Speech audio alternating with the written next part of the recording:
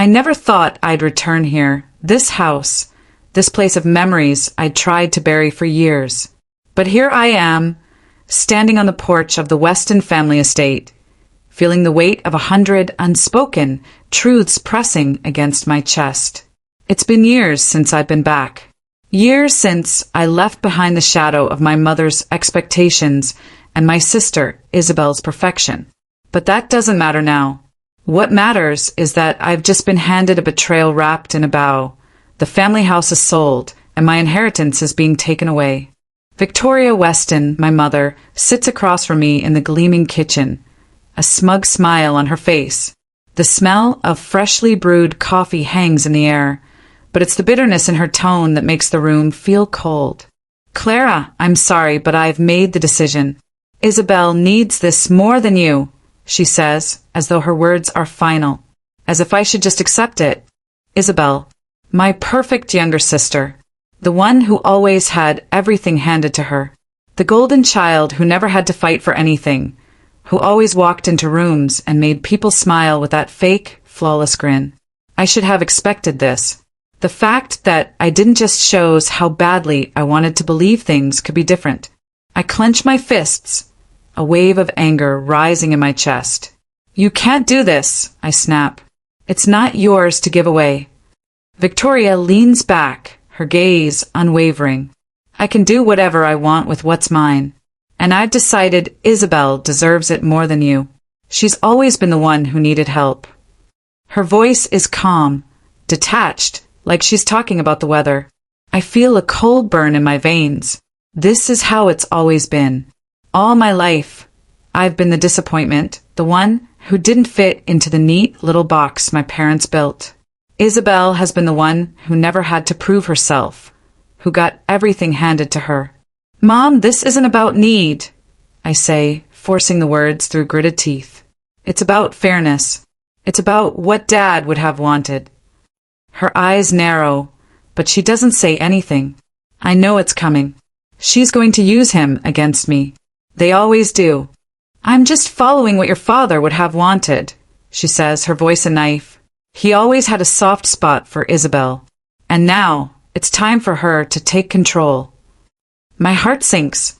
This isn't just about the house. It's about everything, the years of neglect, the manipulation, the way they've twisted every decision to serve Isabel's needs. I was never the favorite, and I never will be. But this is too far. I stand up suddenly, the chair scraping across the floor, my pulse pounding in my ears. I'm not letting you do this. Not this time. As I turn to leave, my eyes catch the edge of something sticking out from a drawer in the corner. It's a letter, one that doesn't belong here. It's from my father. My heart skips a beat. I thought all of his personal documents were taken care of when he passed. Why would this letter still be here? I reach for it, my hands trembling. The weight of the moment doesn't hit me yet, but I know something in that letter could change everything. I rip it open quickly, the words inside burning through me. My father's handwriting. His final message to me, hidden away for so long. Suddenly, the air feels thick. My mother watches me, her expression unreadable. She knows I found something, but I don't care. She's crossed a line, and I'm about to burn everything she's worked so hard to control. The letter is clear. My father had a second will, and it wasn't meant to go to Isabel. I feel the world around me begin to shift. The truth is right in front of me, and I'm not backing down now. Then my phone rings. An unknown number. A voice I don't recognize says, "Clara, we need to talk. About your father's will. It's urgent." I pause, staring at the phone, the weight of the letter in my hand. Everything has changed, and I don't know yet how deep this rabbit hole goes. I stood there for a moment, the letter from my father's will still clenched in my hand, the cold air of the house sinking deep into my bones. I wanted to scream at the injustice, at the lies, at the lifetime of manipulation that had led me here. My mother's voice echoed in my head. Isabel needs it more than you. I had spent years convincing myself it didn't matter, that I didn't need their approval. But now, with this letter, I knew that I had been wrong. I needed answers and I needed them fast. I grabbed my bag, shoving the letter inside, and headed straight for the law firm. As I walked down the stairs of the estate, my mind raced. How could I have missed this? How could my father have left me in the dark for so long? Was it possible that he had known everything all along? The thought twisted my gut. It wasn't just the money, the house, or the inheritance. It was about control. My mother had orchestrated this entire thing, and I had been too blind to see it. She had always favored Isabel, always pushed me aside. Now, she had gone too far. The lie she had been feeding me for years was unraveling. When I arrived at the law office, I was met by a woman I had never seen before. She was young, her blonde hair tightly pulled back into a neat bun, her expression professional, but with a hint of something else, something unfamiliar. "Ms. Weston, right?" she asked. "I'm Sarah, Mr. Collier's assistant. Please follow me." The law office was quiet, cold, and impersonal. The walls were lined with bookshelves, the air thick with the scent of paper and leather. The fluorescent lights buzzed overhead, making the whole place feel sterile. It felt wrong. Too neat, too perfect. I couldn't shake the feeling that something was off, that I was being watched, even here. Sarah led me into a small conference room, its glass windows offering a view of the city below.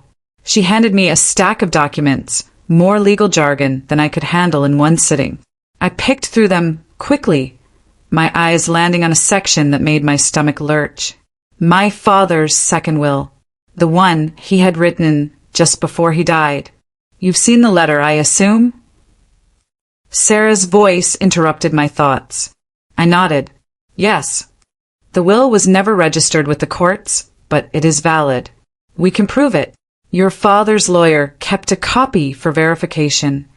She paused, watching my face for any signs of reaction. "The second will doesn't favor Isabel, Ms. Weston. It favors you." My heart skipped a beat. Then why is Isabel getting everything? Sarah shifted uncomfortably in her seat. "There are complications. Your father's second will is, in essence, a safety net. It was meant to protect you if your mother tried to take control." I leaned forward, trying to understand. "What do you mean, protect me? From what?" She hesitated, then spoke slowly. "Mr. Weston had serious concerns about your mother's behavior in the years leading up to his death. He suspected that she was, well, taking money from the family business, using it for personal investments. He wanted to make sure that if anything happened to him, you'd have the right to the estate." I sat back, the weight of her words settling on me like a heavy fog. My mother had always been the queen of manipulation. But this was something else entirely. She'd been embezzling from the family business, and she'd done it right under my nose. Suddenly everything clicked. The way she always brushed off my questions about the family's finances, the secrecy about the estate. It had all been carefully crafted, a web of lies designed to make me feel small, to keep me in the dark. The room felt suffocating. "Is there more?" I asked, barely able to breathe. Sarah nodded. "I'm afraid so. Your mother didn't just steal money. She had an affair with Mr. Langford, your father's business partner. There are records, emails, private meetings that suggest they were planning to take full control of the family business." I blinked, trying to process the flood of information. Richard Langford, my father's business partner, the man I had trusted, the man who had been in my house at family dinners, the man I had never suspected. And now he was tied to everything, the money, the lies, the betrayal. I stood up abruptly, my chair scraping across the floor. "Where is Richard now?" I demanded, my voice shaky but firm. "I need to talk to him." Sarah looked uneasy. "That's where things get complicated. We've tried reaching him, but he's gone. He's disappeared and no one knows where he is." I froze. "What do you mean, gone?" "He just disappeared." She nodded. "It seems like he knew something was coming. He's been on the run ever since your father died. We've traced some of his movements, but he's been careful. He's hiding." I felt my pulse quicken. This was bigger than I had imagined. I wasn't just fighting my mother anymore. Richard Langford was involved. This was a conspiracy, one that had been years in the making. And now, I was trapped in the middle of it, unable to escape. The walls seemed to close in around me. I could feel the eyes on me again, that sense of being watched, being followed. I wasn't sure who was after me anymore. My mother, Richard, or someone else entirely. I took a deep breath, trying to steady my nerves. I wasn't backing down. I couldn't. As I turned to leave the office, Sarah's voice called after me. "Ms. Weston, be careful. There are people who will stop at nothing to keep you from finding out the truth." I didn't reply. I had no choice now. I had to find Richard Langford, and I had to do it fast. I stepped into the elevator, the doors sliding shut with a soft, metallic hum. My mind was already racing ahead, formulating my next move. The game had changed. There was no going back now. The air felt heavier than usual as I stood outside the door to Richard Langford's office, my fingers trembling slightly. The address I'd tracked down led me here, his law office, now nearly abandoned, signs of neglect evident in the dusty windows and fading nameplate. My mind raced, but the words I'd read in my father's letter kept replaying in my head. "You're the only one who can protect the family legacy." The legacy. The betrayal. I felt like I was standing on the edge of something dangerous, an abyss, and I wasn't sure how much more I could bear. I pushed the door open. The lobby was eerily quiet, its sleek modern design out of place in the dim light. A receptionist's desk sat at the far end, but there was no one in sight. I stepped further in, my heels echoing on the polished floor. No one moved, no one made a sound. The tension in the air was palpable, suffocating. I walked to the receptionist's desk. Empty. A couple of folders scattered, half opened, no sign of life. It was as though the building itself was holding its breath, waiting. Then a noise, footsteps from behind. I spun around, heart racing. Richard Langford. His tall frame blocked the doorway leading to a private office. His eyes narrowed when he saw me, a fleeting surprise flickering in them. "Clara Weston," he said, his voice low, almost amused. "Did you find what you were looking for?" I felt a sudden rush of heat flood my chest, but I fought to keep my voice steady. "I need answers, Richard. You and my mother, what did you do?" His lips curled into a slight smile, but it didn't reach his eyes. He stepped into the room, closing the door behind him with a soft click. "You always were a smart one, but sometimes smart people miss the simplest things." I took a step forward, my gaze locked on him. "I want to know everything. The second will. My father, what were you two planning?" Richard's smile faded, replaced with a cold, calculating look. "You have no idea what you're dealing with, Clara. Your father wasn't the man you think he was. Hell, your whole family is a house of cards waiting to collapse." A part of me wanted to flinch at his words, but I stayed firm. "You think I'm afraid of the truth?" He chuckled darkly. "Truth is a funny thing. It's always the one thing we all run from. You can uncover every dark corner of this family, Clara, but the truth won't set you free. It'll bury you." I felt a jolt in my chest, something sharp twisting inside me. "You and my mother, what did you two do?" Richard leaned back against the desk, his arms folding across his chest. "We did what had to be done. Your father was never in control. He was a pawn, like the rest of us. But he had something your mother and I needed." My heart skipped a beat. "What did he have?" Richard's eyes gleamed, a flicker of something dangerous flashing in them. "Power. Connections. Your father may have left you the house and the money, but he wasn't the one who held the real cards. Your mother knew that." I stared at him, confusion clouding my thoughts. But why all the secrecy? Why manipulate me, keep me out of this? Richard's face hardened. "Because some people can't handle the weight of what they know. And you, Clara, are too much like your father. You think you're above it all. You think you deserve to know the truth. But the truth isn't something you can just walk into and take. It'll tear you apart. The words hung in the air, heavy, suffocating. I couldn't breathe. Tell me where my father's second will is, I demanded, forcing the words out, my voice trembling with urgency.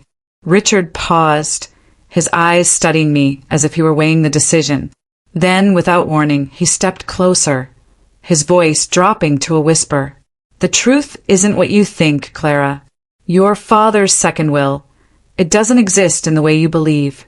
There's a clause that would have erased everything you thought you were entitled to. My mind raced. What do you mean erased? What clause? He didn't answer directly, instead tilting his head slightly, almost as if savoring the moment. Do you think your father left it all to you?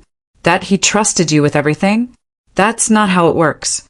The people who really control this game, your mother, myself, have already won. You're too late. Suddenly, I felt the ground beneath me shift. So what now?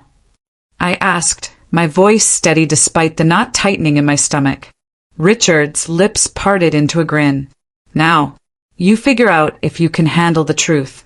And if you can stomach what your father really planned for you. I couldn't believe what I was hearing. My father, a man I had idolized, had planned to leave me in the dark? Had he known all along? Richard stepped toward me, his presence towering. You think you've been on the outside looking in, Clara, but you've always been part of the game. And now it's your turn to play. Just as I was about to speak, I heard the unmistakable sound of a door slamming open. My heart dropped into my stomach. A man in a suit unfamiliar to me walked into the office, his eyes locking onto mine. A cold, calculating look. Richard's expression faltered for a brief moment. You need to leave. Now. But I couldn't. Something inside me clicked. The pieces were falling into place faster than I could keep up with. Richard wasn't just trying to protect himself. He was hiding something. Something bigger. Before I could ask another question, the man in the suit moved closer. Richard's hand shot out, grabbing my arm. Don't ask questions you're not ready to hear, he hissed, but it was too late. The truth was already out there, and now I couldn't turn back. As the man moved closer, I realized I was no longer in control. This wasn't about family anymore. This was about survival, and everything I thought I knew was about to collapse. I walked out of Langford's office feeling like I had just been dragged through a storm. My hands shook as I held the door open and stepped into the dim hallway. My breath was shallow, my heart pounding. Every step I took felt heavy, like someone was watching, like I was being followed. The walls seemed to close in on me, the silence deafening. I kept telling myself I had to be strong. I had to keep moving forward. But the truth was gnawing at me. Every word Richard Langford had said, every promise my father had made in that damn letter. I couldn't escape the feeling that everything was unraveling too fast. I had no idea who to trust anymore, not even myself. The weight of what Richard had said, the accusation, the threat, kept circling in my mind. Your father wasn't the man you think he was. What did that even mean? What had he really known? And why had he never told me? Be careful, Clara. You don't know who you're dealing with. The word Sarah, the lawyer's assistant, had said echoed in my mind. She was right. I was already in too deep. I stepped into the elevator, trying to steady my breathing. As the doors slid shut, I tried to push back the panic. But I couldn't. Not after everything I'd just learned. And the feeling of eyes on me, that never went away. My skin crawled. When I reached the parking garage, I heard it, the unmistakable sound of a car engine revving, tires screeching. I whirled around, instinct kicking in. Was someone after me? My heart slammed against my chest as I sprinted toward my car. I could feel it. Something wasn't right. I reached for my keys, my hands numb. As I unlocked the car, the engine behind me revved again, louder this time. I spun around just as a black SUV skidded to a stop in front of me. My stomach dropped. The door opened, and a man in a black suit stepped out, his face hidden by the shadow of his cap. He walked toward me, slowly, deliberately. Every muscle in my body screamed for me to run, but I stayed frozen, not sure if I could move. "You, Clara Weston." His voice was low, gravelly. I didn't answer. I couldn't. The air felt thick, like it was suffocating me. "That's a dangerous game you're playing," he said, taking another step closer. "You're poking at things that were never meant to be uncovered." I took a step back, my mind racing. Was this another one of Langford's men? Had Richard sent him? I wasn't sure, but I knew I needed to get out of there. "Who sent you?" I managed to ask, my voice shaky. The man didn't answer. Instead, he reached into his jacket and pulled out a small envelope. My eyes darted to it, and I felt my stomach twist. He handed it to me, a smirk curling on his lips. "Just a little reminder," he said before turning and walking back to the SUV. The engine roared to life again, and the vehicle sped off into the darkness of the garage. I stared down at the envelope in my hand, the adrenaline coursing through my veins. The weight of it was too much, the uncertainty clawing at me. What was this? What did it mean? I tore it open, and inside was a single sheet of paper. No letterhead, no official markings. Just a few words scrawled in ink. "You're too late. Everything's already in motion." I felt my breath catch in my throat. It was a warning, a message I couldn't ignore. I jumped into my car, my hands gripping the wheel tightly. The words kept echoing in my head. Everything's already in motion. I drove fast, the sound of my tires screeching against the pavement as I tried to outrun the terror creeping in. Was it my mother behind this? Or was it Richard Langford pulling the strings? I couldn't tell anymore. Everyone was lying to me. Everyone was involved. And now I was caught in a web I didn't know how to untangle. The city blurred past me, lights flickering in the rearview mirror like a haunting reminder that I couldn't escape this. The feeling that someone was watching me, waiting for me to slip up, never left. I wasn't safe. Not anymore. By the time I reached my apartment, the tension in my body had only grown. Every noise seemed louder, every shadow darker. As I walked inside, I felt like I was being followed, even though I knew I was alone. I locked the door behind me, my heart still racing. I collapsed onto the couch, trying to catch my breath. What now? I needed more information. I needed to know who was behind all of this before it was too late. But the truth was, whatever I found next, whatever secrets I uncovered, would change everything. And I wasn't sure I was ready for it. Then, just as I was about to settle down to make sense of it all, my phone buzzed on the coffee table. I grabbed it quickly, my hands trembling. The message was short, the number unfamiliar. "It's not just Langford. Your mother's involved. She's been playing both sides. Be careful, Clara. The truth will cost you more than you think." I stared at the screen, the room suddenly spinning around me. My mother? Both sides? I dropped the phone on the table, my mind reeling. This was bigger than I ever imagined. And it was getting closer. The room felt too quiet. I stared at my phone in disbelief, my heart racing. The message was clear. Your mother's involved. She's been playing both sides. The words gnawed at me, sharp as a knife. My mother? The woman I had spent my entire life trying to please, the woman who made me feel like I was never enough. Now, I was being told she was playing a dangerous game, one I hadn't even realized I was a part of. I put the phone down, my fingers trembling. I needed answers, but I didn't know where to start. My mind kept returning to the warning, "Be careful, Clara. The truth will cost you more than you think." I should have seen this coming, but I had been too focused on the surface, on the money, the estate. I never questioned what it really meant to have power in this family. My mother had always been the one pulling the strings, keeping the family in check with a cold smile. But now I realized how little I knew. I grabbed my coat, stepping out into the cold night air. The city around me felt alien, as if the very streets were conspiring against me. The feeling of being watched never left. eyes on my back, shadows lurking at every corner. I was no longer sure who was friend and who was enemy.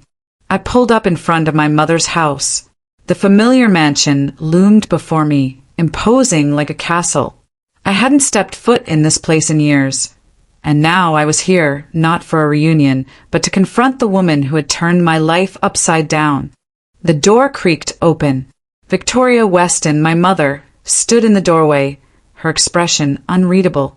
"Clara," she said, her voice cold, controlled. "I wasn't expecting you." I didn't say anything at first. I couldn't. The anger in me was rising, but I needed to keep my cool. My mother was a master of manipulation. If I let her control the conversation, I'd lose. "I know what you've been doing," I said, my voice low but firm. "You've been playing both sides, haven't you?" Richard Langford. The second will. Everything. Her eyes flickered for just a second, and I knew I had hidden nerve. "I don't know what you're talking about, Clara." I stepped forward, not letting her avoid the confrontation. "Don't lie to me. You're not the victim here, Mom. You and Richard have been working together, manipulating Dad's will, using me to get what you want." Her face twisted into something cold and calculating. "You think you understand this, Clara? You have no idea what's really going on. What your father did, what we all did, was necessary. You were always too naive." A cold chill ran down my spine. "Necessary? You mean you've been stealing from the family business for years? Lying? Using me?" "You're not innocent in this, Clara," she hissed. "You think I didn't see what you were trying to do? You thought you could just waltz in and take everything. You don't deserve this family's legacy." The word stung, but I didn't flinch. "I deserve the truth, and I'm done playing by your rules." For a moment, she said nothing, her gaze piercing. Then, she stepped aside, allowing me into the house. I followed her into the grand hallway, the same one I had walked through as a child, always feeling like an outsider in my own home. "Your father left you nothing, Clara," she said quietly, her back to me as she walked toward the living room. "He left you nothing because he didn't trust you. He knew you'd never be able to handle the truth." "Then why the second will?" I demanded, my voice rising. "If I wasn't meant to have anything, why leave me a chance at all?" Victoria turned slowly, her eyes dark, unreadable. "He didn't leave you anything. He left you a lie. The second will was just a formality, something to keep you occupied, to make you feel like you had a chance." A sick realization hit me. Everything had been a setup. The second will, my father's words in that letter, was all part of her plan to control me, to keep me in the dark while she and Richard ran everything. "You didn't want me to have anything," I said, barely above a whisper. "You wanted me to fail." She didn't deny it. Instead, she stepped closer, her voice lowering. "You were never meant to take over, Clara. Isabel was always the one who could do what needed to be done. You were always too soft, too trusting. Now look at you. You've lost everything." "You're wrong," I snapped, my voice fierce now. "I haven't lost anything. I'm not going to let you take everything from me." Her laugh was cold, cutting. "You don't get it, do you? It's already done. Richard's gone, and you." She stopped herself, eyes narrowing. I froze, my heart skipping a beat. "What do you mean?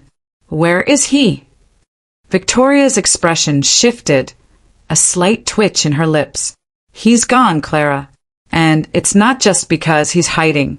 It's because he was never meant to stay. You should have listened to me. You've been playing a game you can't win." I took a step forward, my body tense, every nerve on edge. "If Richard's gone, what does that mean for the will? For everything?" Her smile was thin, cruel. "It means you're too late. There's nothing left for you. Nothing you can do." I didn't want to believe it, but something in her voice made it clear. This wasn't a threat. This was the truth. I was out of time. Suddenly, the doorbell rang, breaking the silence between us. Victoria's eyes flickered to the door, and for a moment, I saw something like fear in her expression. "Go answer it," she said, voice sharp. "You'll see who's come to collect your fate." My heart sank as I walked to the door. The heavy knock echoed in the silence of the house. When I opened it, I didn't expect to see Isabel standing there.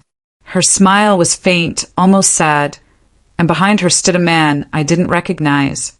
The man who had been watching me for days. "I think it's time we talk," Isabel said, her voice eerily calm. Isabel's smile faded the moment she stepped inside, her eyes locking on mine. The man behind her, a tall figure with cold eyes and an impassive expression, made no move to step closer. It was as if he was waiting for something. Or someone. I took a breath. The air in the room felt thick with tension. Every step I took echoing in the silence between us. The confrontation I had been avoiding for so long was finally here. Isabel was standing in front of me, her face a mask of calm. But I could see the flicker of something behind her eyes. Something hidden. Something I had never been meant to know. "Clara," she said softly, almost apologetically. "You don't know everything. You never did." The words hit me harder than I expected. "What does that mean?" I asked, keeping my voice steady despite the chaos raging in my chest. She stepped forward, her gaze drifting from the man behind her to me. "You've been chasing ghosts. You think it's just about the will, the money. But it's bigger than that. It always has been." I shook my head, a flash of anger surging through me. "What are you talking about? You're the one who's been lying to me. You and Mom." Isabel raised her hand, silencing me. "No, you've been lying to yourself. All these years you thought you were the outsider. But the truth is you were always part of this. It was never about you being left out, Clara. It was about you being used." Her words hung in the air like a thunderclap. I felt the ground beneath me shift. "What do you mean used?" My voice was barely a whisper. She stepped closer, lowering her voice to a near whisper. "You were never meant to be part of the inheritance. You were a decoy, a distraction. It was always about controlling the business, the power that came with it. Richard and Mom, they were always in charge." I swallowed hard, every word like a punch to my gut. "Why didn't you tell me? Why didn't you say something?" She sighed, looking away for a moment. "I couldn't. You never would have believed me. And honestly, I didn't want to get caught in the middle. But you made me do it. You forced my hand. When you started asking questions, digging for answers, I had no choice but to bring you in." Everything she said was like a puzzle piece falling into place. "You were working with them all along, weren't you? Mom and Richard." "Not just working with them," Isabel said, her voice cold now. "I became them. Everything I did, everything I said. It was part of the plan. To take control." I felt the world blur around me. Every childhood memory, every moment I thought I knew was a lie. "You've been playing me," I whispered, feeling a wave of nausea hit. "You and Mom both." Isabel's gaze softened for a brief moment, and she stepped closer. "I didn't want to, Clara. But the business, the legacy, it wasn't something I could ignore. You've always been so idealistic, so pure. It was easier for me to just let you believe the fantasy." I backed away, shaking my head. "So all of it, the love, the family dinners, the support, was just part of the game? You and Mom played me from the start." Her eyes met mine, devoid of remorse. "Yes, it was easier that way." The air in the room felt thick, suffocating. I couldn't breathe, couldn't think straight. My own sister, the one person who was supposed to have been by my side, had been my biggest betrayer. And now she was standing here, calmly admitting it. "You don't deserve any of this," I said, the words tasting bitter in my mouth. "None of it. You've been playing both sides your entire life." Isabel's expression faltered for just a moment, a flicker of guilt crossing her face. But she quickly recovered. "I did what I had to do, Clara. You'll understand when you grow up. Life isn't as simple as you think." I shook my head. "No, Isabel. It's you who never understood. You think power is the only thing that matters. But you're wrong. It's not worth destroying everything else for. She didn't respond immediately, but instead glanced at the man who had been standing behind her, silent until now. He took a step forward, his cold eyes narrowing. You don't get to make that decision, he said, his voice low, controlled. This is bigger than you think. It's bigger than all of us. I turned toward him, fury rising. Who are you? What do you want? The man didn't answer at first. He just looked at me, as if weighing something, then finally spoke. I'm here to make sure everything goes according to plan. And you, Clara, are standing in the way. A chill ran down my spine. The realization hit me like a truck. You're one of Richard's men, I said. This is all connected to him. Isabel's expression remained unchanged. It's too late, Clara. The pieces are already in place. The plan's already moving forward. I felt my heart race, the weight of everything crashing down on me. Too late. Suddenly there was a noise, a sharp sound like a car backfiring. But it wasn't a car. It was the sound of a door opening and then footsteps. A voice, my mother's, cut through the tension like a knife. Enough, Isabel, Victoria said, walking into the room. Her face was pale, but her eyes were hard. The game is over. I froze. For a moment, no one moved. No one spoke. And then my mother turned to me. Clara, she said quietly, it was never about the money or the business. It was always about control. For the first time in my life, I saw her as she truly was, cold, calculating, and ruthless. And I knew in that instant I could never go back to what I once believed. The truth had cost me everything, but it had also freed me. My entire life, I had been searching for approval, for love, for validation. But the truth was, I had never needed any of it. I was enough on my own. As I walked out of that house, the weight lifted from my shoulders. The game was over, and for the first time, I could finally live for myself. It wasn't just about the inheritance. It was about reclaiming my life from the lies. And no one would ever control me again.